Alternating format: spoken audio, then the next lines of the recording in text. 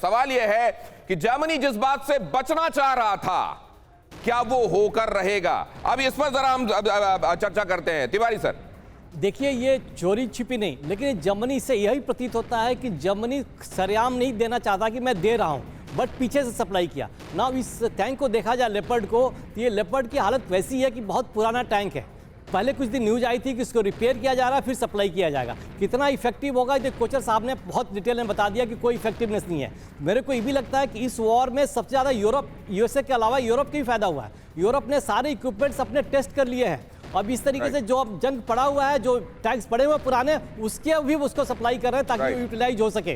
तो टैंक क्या करेगा क्या नहीं करेगा ये तो डिबेटेबल है, लेकिन ठीक से जैसा भी कोचर साहब ने कहा कि रशियन टैंक के सामने ये कुछ नहीं कर सकता। रशियन टैंक्स के सामने अगर ये कुछ नहीं कर सकता तो फिर टैंक्स को लेकर इतना बवाल क्यों है? पीटर हचिंस ये क्यों कह रहे हैं कि ये टैंक अगर जाते जा रहे हैं यूक्रेन में? ये जनाब फूल की खेती करके 1 एकड़ में 1 साल के 30 लाख तक कमा रहे हैं। आपको भी ये करना है तो फ्रीडम ऐप को अभी डाउनलोड कीजिए। तो ये पूरे यूरोप को ग्रेवयार्ड में तब्दील कर सकता है। अगली अहम खबर देखिए, यूक्रेन में अब आग उगलेगा जर्मन लेपर्ड टैंक। रूसी बाहुबली T-90 टैंक से होगी लेपर्ड की टक्कर। रूस से मुकाबले के लिए यूक्रेन ने मांगे थे जर्मन लेपर्ड टैंक्स। लेपर्ड बनाम T-90 होगा, लेकिन कहा यह जा रहा है कि जो रशियन टैंक्स हैं ये लेपर्ड के मुकाबले इनकी मैन्यूवरेबिलिटी ज्यादा है। ये कंपैरेटिवली ज्यादा तेजी से एक जगह से दूसरी जगह ले जाए जा सकते हैं। इसमें कुछ जोड़ना चाह रहे हैं राजन सर, बहुत जल्दी से सर। ये जो लेपर्ड टैंक्स है इनकी मेंटेनेंस रिक्वायरमेंट काफ़ी होती है, और इसीलिए जर्मनी और स्पेशली यूरोप में जो ये ऑलरेडी ये टैंक्स अवेलेबल हैं, तो ये इसकी मेंटेनेंस और ट्रेनिंग यूक्रेन के लिए आसान रहेगी, और ये प्राइम रीजन है इस टैंक्स को लेने के लिए। राइट। तो ये जो चोरी छिपे सप्लाई की बात की जा रही है, उससे पहले जरा देखिए क्या चल रहा है लेपर्ड को लेकर। ये लेपर्ड नहीं, ये लेपर्ड नाम का टैंक है। इसको लेकर तमाम तरह की बातें भी है, जैसा अभी आपने सुना।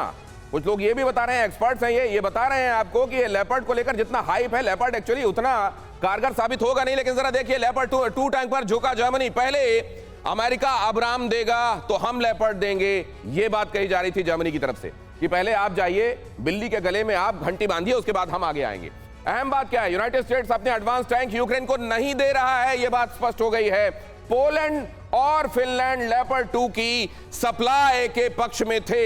अब जर्मनी ने यह कहा कि एक काम करते हैं, अगर पोलैंड देना चाहता है तो मैं बीच रास्ते में नहीं आऊंगा। जर्मनी ने कहा है कि हम उसमें बाधा नहीं बनेंगे, पोलैंड अगर चाहता है तो वो सप्लाई कर दे।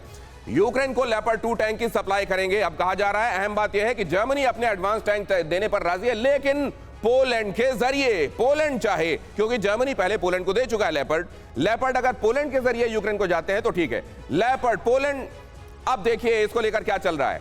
यूक्रेन को सप्लाई के लिए जर्मनी की अनुमति जरूरी थी, और जर्मनी ने कहा है कि अगर ऐसा होता है तो हम बीच में बाधा नहीं बनेंगे, हम इसमें कोई रोक नहीं लगाएंगे। अब जर्मनी ने लेपर्ड 2 पर यू टर्न लेते हुए सप्लाई की बात कही है, और इस बीच खबर यह आ रही है कि लेपर्ड की इन बातों के बीच में तो लेपर्ड ऑलरेडी स्नीक इन कर गए यूक्रेन में। लेपर्ड 2 क्या है, अब जरा बहुत जल्दी से ये देखिए। आपने एक्सपर्ट से इसके बारे में हिंट्स देख लिए हैं, अब जरा एलैबोरेशन देखिए। ये है लेपर्ड 2।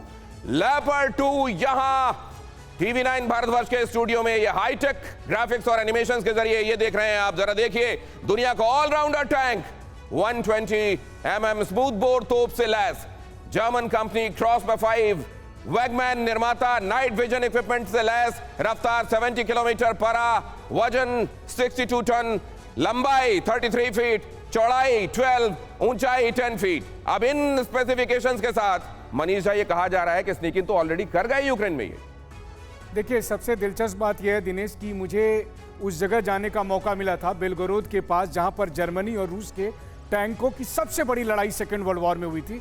लगभग 1000 टैंक जो है वो आपस में लड़े थे, और उसमें टेक्निकल तौर पर ये कहा गया था कि जर्मन टैंक जो है थोड़े 20 पड़े थे, लेकिन आखिरकार रूसी जो है वो लड़ाई जीत गए थे। तो मुझे लगता है कि लेपर्ड टैंक को लेकर अभी हवा है, थोड़े दिन बाद आप पैट्रियट मिसाइल को लेकर लेंगे। मैं मान भी लेता हूं कि ये बड़ा तीसमार खां टाइप का टैंक है, तब भी रूस के पास 10,000 टैंक है। क्या 10,000 टैंक के मुकाबले में ये गिने चुने 2-4 टैंक, क्योंकि 4 टैंक देने के बाद तो यूरोपियन देश कह रहे हैं मेरे पास टैंक ही नहीं बचेंगे।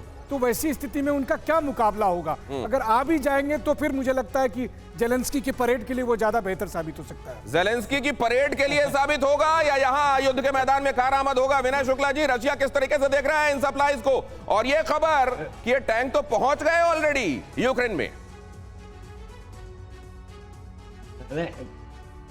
बात ऐसी है कि जो टैंकों की बात कर रहे हैं लेपर्ड 2 की, मैं जब हम भारत और इसका रूस के बीच में T-90 टैंक के बारे में हो रही थी बातचीत, मैं गया था उस प्लांट में जहां बनता है T-90, तो उन्होंने बताया था कि लेपर्ड 2 जो है वो बहुत डिफिकल्ट है फील्ड में उसकी मरम्मत करने की, सर्विसिंग करने की। ये जनाब फूल की खेती करके 1 एकड़ में 1 साल के 30 लाख तक कमा रहे हैं। आपको भी ये करना है तो फ्रीडम ऐप को अभी डाउनलोड कीजिए।